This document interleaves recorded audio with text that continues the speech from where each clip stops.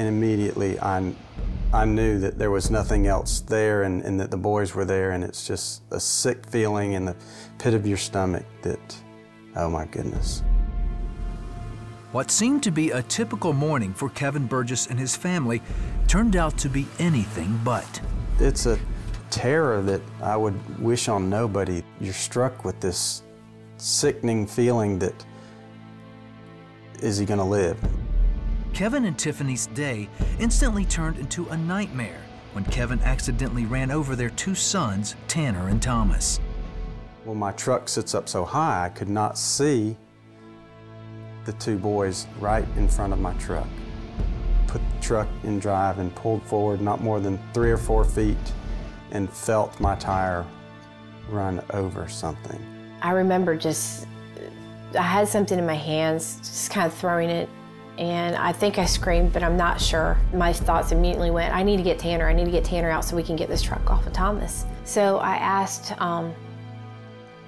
Tanner, I said, can you climb out? Can you climb out? I need you to climb out. Tanner was able to get up on his own. However, Thomas was trapped underneath the truck's tire. I pulled on Thomas and got him out from under the truck, and the panic of the moment, and you loaded him into her minivan, and we took off to the hospital. Tanner escaped with just a few scratches, while Thomas's injuries were much more serious. There was just a lot of blood, and he was crying, and they started cutting off his clothes and stuff so they could really evaluate him and get see what kind of injuries that he had. Doctors soon realized they couldn't treat Thomas. She said, right now, the damage is more than we can handle here, and we need to send you to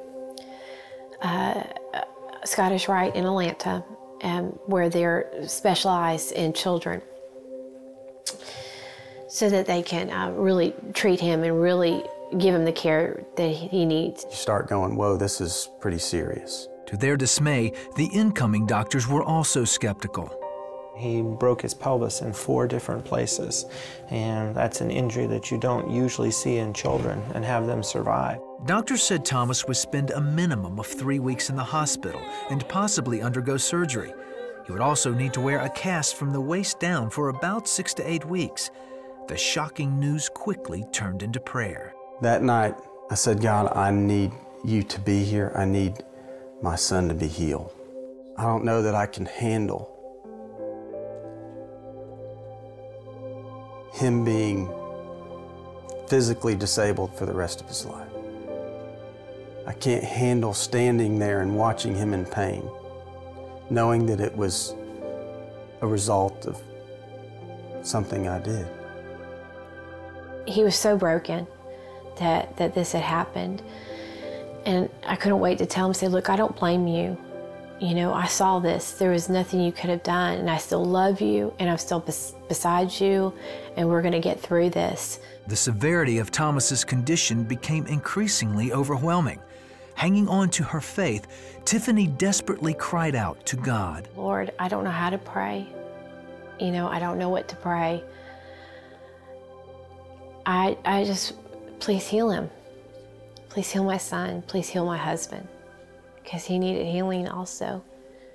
And please help me to get through this, because I don't know how. We just paused our service and just had our entire sanctuary become just a prayer room. We just had a tremendous outpouring of people saying, look, my thoughts and my prayers are with you, who were there, and I'm saying, you know, look, I've got people praying, and all my family's praying, you know, in this state and that state, and it was just a tremendous outpouring that just goes beyond words and comprehension.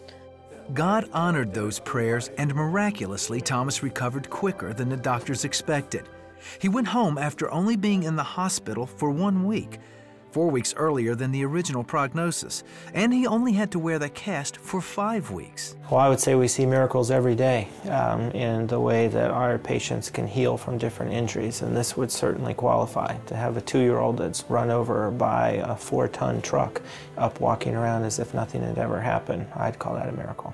God, can heal anything, well, that you need. He went above and beyond, more than I could have ever asked or hoped. He healed Thomas. Today, I don't have to worry. I don't have to see him in a wheelchair.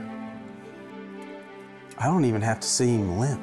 Thomas believes God healed him so he could Tell a lot of people about him that don't know about him and go to all the world to preach the gospel.